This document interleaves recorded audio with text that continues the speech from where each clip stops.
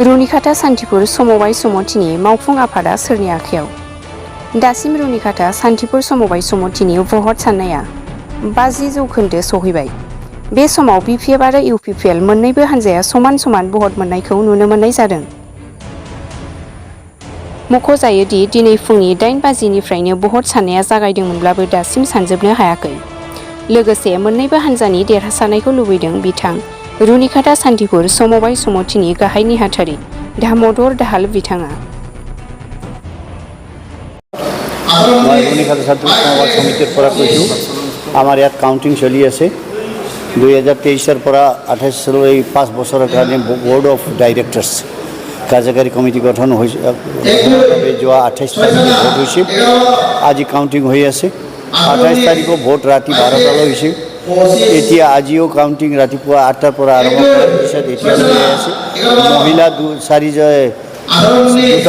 পদৰ কাৰণে চাৰিজনী কণ্টেষ্টেড আছিল, 2জনী জিকি গৈছে। প্লাছ এতিয়া পুৰুষৰ বাবে 12টা পদৰ পাৰে কাউণ্টিং হৈ আছে। হয়তো ৰাতি 12টা 1টাত হ'ব পাৰে। গতিকে এইভাৱে रुनिखाता सान्थिपुर সমিতিয়ে এই 5 বছৰীয়া BOD গঠন কৰি আছে। যোৱাকালিৰ টিভি নিউজত নহ'লে আপোনালোকৰ নিউজত আমি শুনিছোঁ বহুত খেলি মেলি আছে, কিবা আছে, বহুত মানুহে কৃষকে লোন পোৱা নাই, আমাৰ পাৰ্টিৰ মানুহে লোন পোৱা নাই, তেনেকুৱা বহুতে কৈছে। তেনেকুৱা নহয়, কৃষি লোনটো অনুদান নহয়। কৃষি লোন পইচা ল'ব লাগিব, তাৰপিছত পইচা লৈ পেলাই এই খেতি কৰিব লাগিব, খেতি কৰি লাভ ওলাই পেলাই তাৰপিছত ৰাইজক ঘূৰাব লাগিব। যেনেকৈ যাই ঘূৰাইছে তাক আমি লোন দিছোঁ। আৰু তাত আমি বাচা নাই, প্ৰত্যেক VCDC আবাদাৰী আফাদ আছে। আবাদাৰী আফাদে ৰাইজক বাচিব। যোনে যোনে লোন দিয়ে মাটিৰ প্ৰমাণপত্ৰ লাগিব, এগ্ৰিকালচাৰৰ পৰা মাটি প্ৰমাণপত্ৰ আনি খেতি কৰিব লাগিব। আবাদাৰী আফাদে তাত আবাদ কৰিব লাগিব। এনেই যাক তাক অনুদান নহয়, দিয়া নহয়। গতিকে খেতি কৰাৰ কাৰণে আমি যোৱাবাৰ 9 কোটি 31 লাখ টকা দিছোঁ। তাৰ আগত 8 কোটি দিয়া হৈছিল, 7 কোটি টকা আমি ঘূৰাব পাৰিছোঁ। এতিয়া ৰিজাল্ট কেতিয়া পাব? ৰিজাল্ট আজি ৰাতি 12-1টাতো হয়তো হৈ যাব। আজিয়ে শেষ হৈ যাব, দেৰি হ'ব, 12টা-1টাত হ'ব পাৰে। কিন্তু তথাপি শান্তিৰে ভোট হৈছে, চবকে ধন্যবাদ জ্ঞাপন কৰিলোঁ।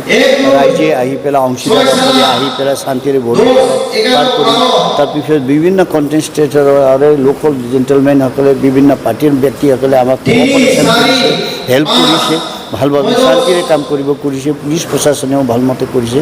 গতিকে শান্তিৰে আমাৰ কাউণ্টিং হৈ আছে। আমি আশা ৰাখিছোঁ শান্তিৰে হ'ব। কষ্টটো হ'ব, ইয়াৰ কেইদিনমানৰ পৰা কষ্ট হৈ আছে। কষ্ট হ'লেও অফিচাৰসকলে বহুত কষ্ট কৰিছে। বিভিন্ন সমবায় সমিতিৰ পৰা হৈছে, আমাৰ কমচে কম 20জন-25জন অফিচাৰ বাহিৰে বিজনীৰ পৰাও আহিছে, বৰপেটাৰ পৰাও আহিছে, আহি পেলাই কাম কৰি আছে। ৰাতিপুৱা কষ্ট কৰি চবে সময়মতে খাব দিব পৰা নাই, চাহ পানী দিব পৰা নাই, ৰাইজকো দিব পৰা নাই। হিচাপমতে চব অংশীদাৰক ভাত খাব পৰা হ'ব লাগিছিল। আমাৰ ইয়াত ভাল হোটেল নোহোৱাৰ কাৰণে চবকে ভাতো খুৱাব পৰা নাই। তেনেকুৱা পৰিস্থিতিটো ভালভাৱে সমবায়ৰ কামটো চলি আছে। স্পীড হোৱাৰ কাৰণে নাই, স্পীড হ'লে ভুল হোৱাৰ সম্ভাৱনা থাকে। ভুল হ'লে আকৌ ৰিকাউণ্ট হ'লেতো কালি গোটেই দিন কৰিব যাব পাৰে। গতিকে অফিচাৰসকলে নিয়ম মতে তেখেতসকলে লাহেকৈ কৰি আছে। লাগিলে লাহেকৈ হ'লেও ভালমতে হয়। এইবাৰ এই আমাৰ আসাম কোঅপাৰেটিভ ছ'চাইটিজ এক্ট নতুনকৈ আৰু গভৰ্ণমেণ্ট অফ আসামে নতুনকৈ এক্ট বাহিৰ কৰিছে। এই এক্টৰ কাৰণে অলপ দীঘলীয়া চিষ্টেম হ'ল। কিন্তু আমি আগত তেনেকুৱা DC অফিচৰ পৰা বেলট পেপাৰ আনি, বেলট বক্স আনি কাম কৰিব লগা নাছিল। আমিয়ে কাঠৰ এনে বাকচ বনাই চলাইছিলোঁ। আজিকালি কিন্তু বেলট পেপাৰ আনি পেলাই আমি এই বেলট পেপাৰ আনিছোঁ। নেক্সট বাৰ হ'ব পাৰে আমাৰ ইলেক্ট্ৰনিক মেচিন হৈ যাব পাৰে, তেনেকুৱা ব্যৱস্থাও হ'ব পাৰে। তেনেকৈ আগতো অলপ ইলেকশ্যন চিষ্টেম আছিল, কিন্তু কম আছিল। আপচু আন্দোলনৰ পিছত প্ৰায় ভোট হোৱা নাই। কিন্তু চিলেকশ্যন চিষ্টেমতে আণ্ডাৰষ্টেণ্ডিঙত চিলেকশ্যন কৰিছিল, কিন্তু এইবাৰ কিন্তু ভোট হৈ কাউণ্টিং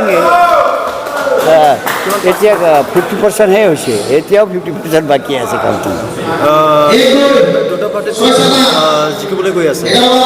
সমানে চলি আছে। হাৰ জিকাটো খুব কম পৰিমাণে, কম মাৰ্জিনত হ'ব। যেনেকৈ দেখিছোঁ এতিয়ালৈ, পিছত কি হয় ক'ব পৰা নাযায়। কিন্তু এতিয়া যিটো দেখা আছে খুব কম পৰিমাণে সমান গৈ আছে তে কংগ্ৰেচুলেশ্যন থাকিল চব কেণ্ডিডেটক চবেই জিকক আমাকতো চব ষ্টাফ ভাল মানে আহি ভালমতে চলাওক ধন্যবাদ থেংক ইউ